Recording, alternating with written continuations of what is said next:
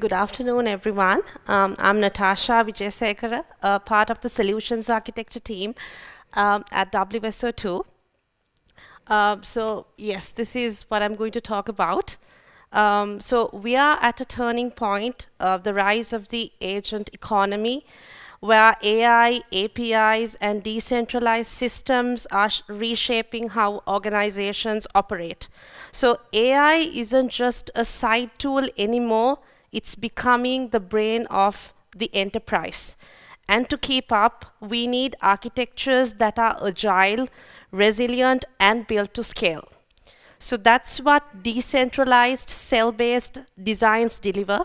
It lets AI agents to plug in safely, make smart decisions, and drive the real impact. So today we will explore how to design for this shift and how we can bring AI from the edges into the core of an enterprise, which will power the next wave of intelligent, connected organizations. So let's start with why this matters right now. AI is everywhere. We see it in finance for fraud detection, we see it in healthcare for diagnostics, we see it in logistics for route optimization, and even in retail for personalized shopping. So what's changing is not just how much of AI is being used, but how it's being used. So most AI in enterprises nowadays lives in the shadows. So it can be pockets of pilots or tools that are not connected. They are siloed, uncoordinated, and mostly fragile. So when we try to scale them or when we try to integrate them with other systems, they fail. And on top of that, it's really hard to see what's actually happening under the hood. So limited observability, weak governance, it makes it tough for us to trust the outcomes. So what we really need is a shift. So AI has to be treated like a first-class enterprise capability, not just an add-on or an experiment. That means it needs to be governed, it needs to be observable, and it needs to be safe from day one. And it has to work across the systems, across your teams, across the workflows, so that we can reliably scale it, trust it, and actually get some impact from it.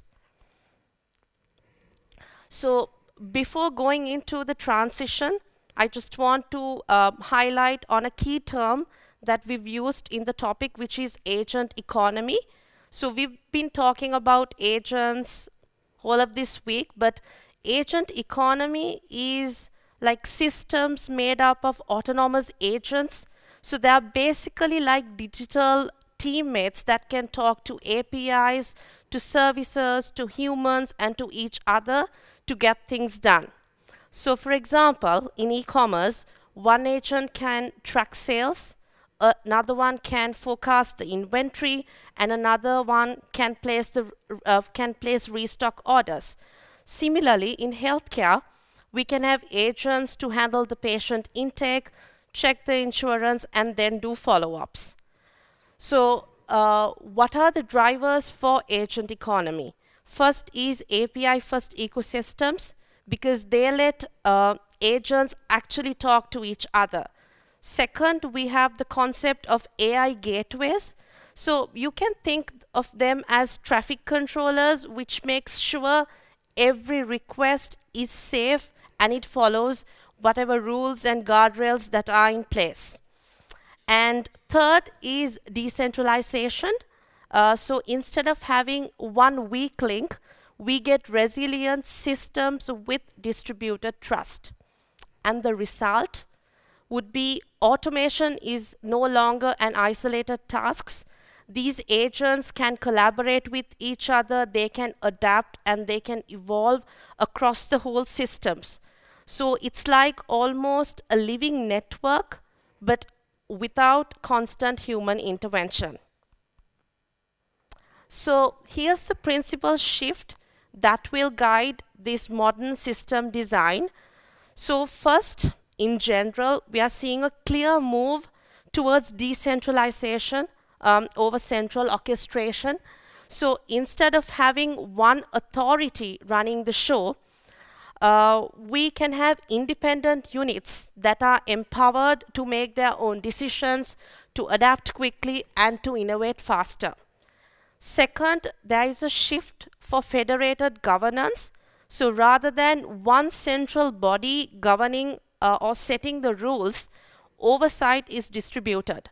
Each team or domain can manage their own policies, but within a shared framework of common standard and trust. So third is cell-based modularity.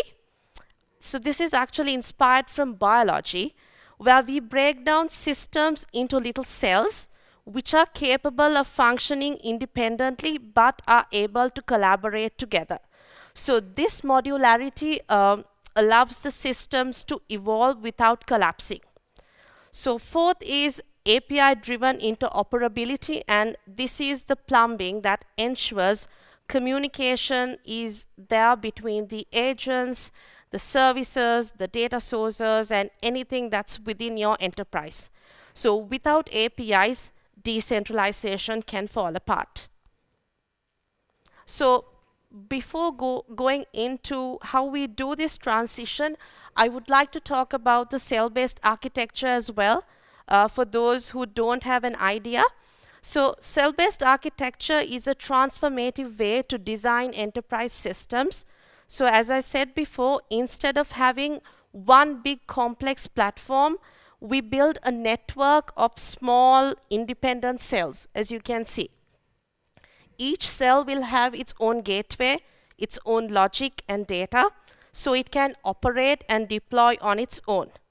So each team will have the full autonomy to own their cells, which will drive faster delivery and more innovation.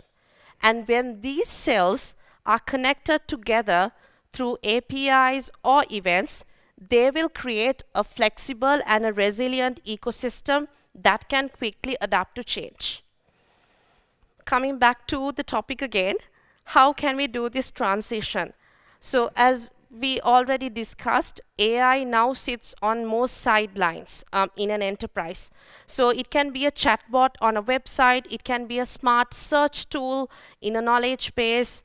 That's fine, but it's not a transformative approach, we would call it. So as enterprises, we need to embed AI into the core workflows of the enterprise. So which means AI is not in the sidelines, but at the heart of the decision-making process. So AI gateways become critical here because they serve both as the enforcement layer as well as the entry point. So what it would do is it would mediate between these requests. It can be internal or external, and then it would apply whatever policies that we've defined, and it will ensure compliance. And once you have governance in place, it ensures trust. So enterprises cannot fully embrace AI unless they trust it. That doesn't only mean accuracy, but it means compliance, auditability, and accountability. So making AI a first-class component requires us to build that trust into the architecture itself.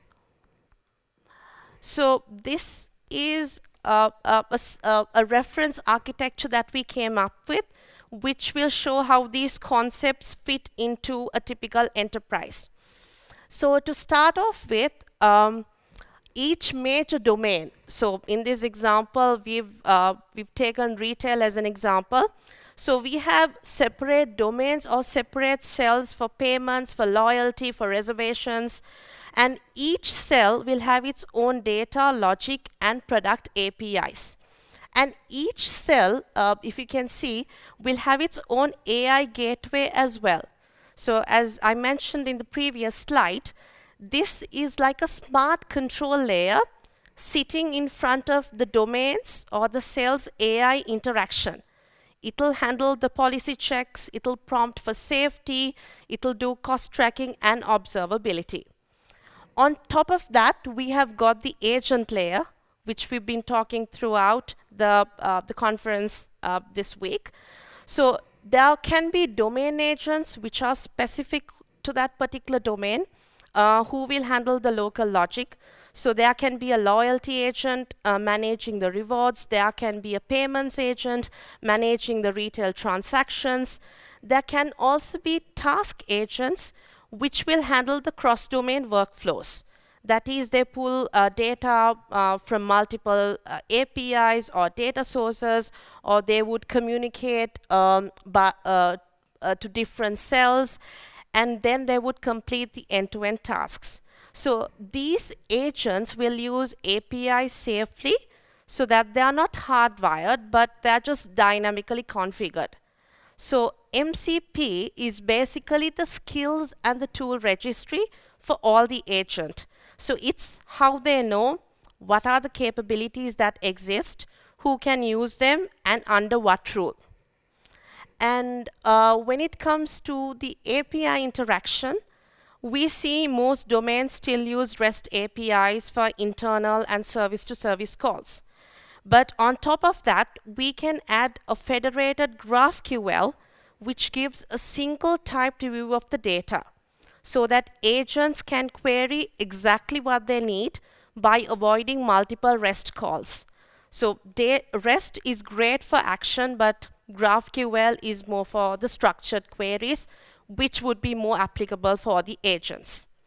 And each domain or each cell would have its own RAG setup.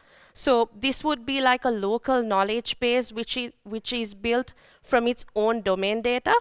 And there can be a cross-domain retrieval layer, as you can see at the bottom, which will allow the agents to pull data from a shared knowledge when needed. But of course, there will be strong guardrails around it for data boundaries and for the relevance. And we can also use an event backbone here for asynchronous choreography. So when something happens in one domain, the other domains can react to it automatically without having direct calls. So having this event backbone will keep everything more loosely coupled, more resilient, and it's a lot more easier to scale. So likewise, by combining all of these components and the concepts that we discussed together, we can build an architecture that's modular, AI-enabled, and event-driven. So now we spoke about reference architecture, and we saw how the agents can exist within the enterprise.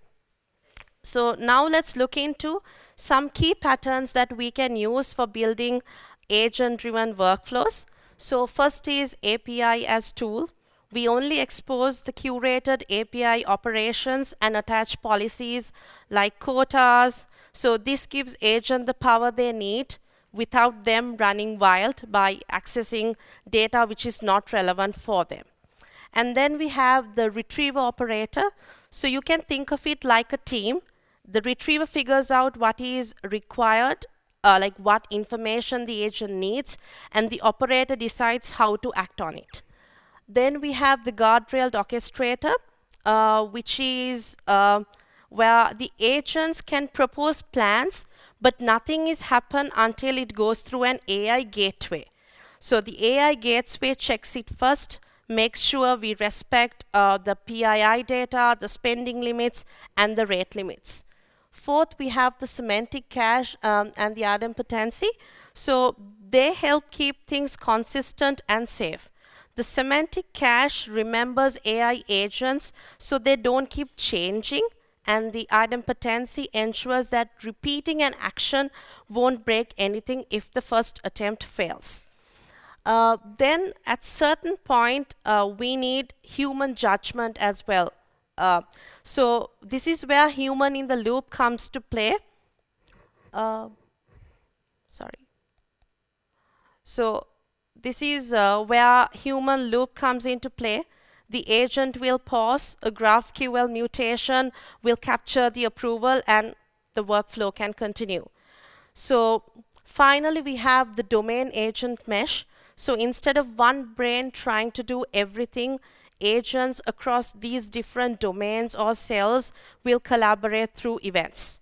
So when we put all these patterns together, we get workflows that are powerful, that are safe, that are easier to scale. So exactly what you will need to build an agent-driven system. So now we spoke about the patterns. Now let's talk about control. So to make this agent economy safe, compliant, and cost-effective, we can put 5 governance guardrails directly into our decentralized architecture. First is the federated policy packs. So these are like small rule books that travel with each agent, telling which models it can use, where data is allowed, keeping it compliant and secure. Then we have the cell level audit, where every action, which can be a prompt, an API call, inputs, outputs, are logged like a flight recorder. That way, if something happens, we have a crystal clear trail of the actions that have been performed by the agent. So the third is the cost guardrails. So each agent will have its budget. And if a call is too expensive or if a call is too slow, the system can automatically fall back into a cheaper or a faster option. So this keeps both the cost and the speed under control. Fourth is the AI gateway that we've been speaking about. So this is an abstraction layer that lets us swap models and providers easily based on the cost, the speed, or the regulations without changing the agent's core logic. And finally, we have data minimizations, which will allow agents to only access their own knowledge base, and sensitive information is redacted before it even touches the model. So this keeps privacy risks very low. So by having these 5 guardrails in place, will make our agent ecosystem more safe and more compliant. So now let's talk about how you can do a structured migration from fragmented AI tools to a governed, scalable AI into your enterprise's core. So we've identified, or we've broken it down into 5 stages. So first one is where we can, so before we build anything new, we need to understand what's already in place. That means we need to map out all the shadow AI tools, the scripts that are being currently used, and anything safe or non-compliant can be retired, paused, until it meets the baseline security and data standards. The second one is where we start building a controlled environment for AI. So this is like a sandbox, I would say, where we would have an AI gateway within a pilot domain. And at this stage, we will wrap 5 to 10 critical APIs with MCP to ensure every AI call is policy enforced, logged, and auditable. And in the third stage, so now since we have a solid foundation in place, we can start making AI smarter. We can enrich it with domain-specific knowledge using RAG, so it can provide more contextually relevant insights. We can expose it through a GraphQL slice, which gives team consistent governed access across the system. And finally, once that is done, we can launch our first domain agent, which is a task-specific AI assistant which can operate safely within well-defined boundaries. And in the next stage, once we have multiple agents as such, we can start enabling seamless collaborations. So agents can hand off tasks to each other in an event-driven way. So for example, a customer support agent can notify a billing agent automatically, likewise. And in the fifth stage, finally, we can scale. We can replicate the pattern across multiple domains, cells, and we can deploy standardized policy packs across the organization. And this will make AI safe, consistent, and fully managed across your enterprise. So this is a migration path that you could take as well. So yes, so Unfortunately, we have 2 more slides which explains the benefits, yeah, and the key takeaways. But due to limited time, I will have to wrap it up. But in short, these are the benefits that we would get from our approach by using these decentralized architectures to build up an AI agent economy within your enterprise. So I think the slides would be available afterwards. You could have a look. Right. Thank you.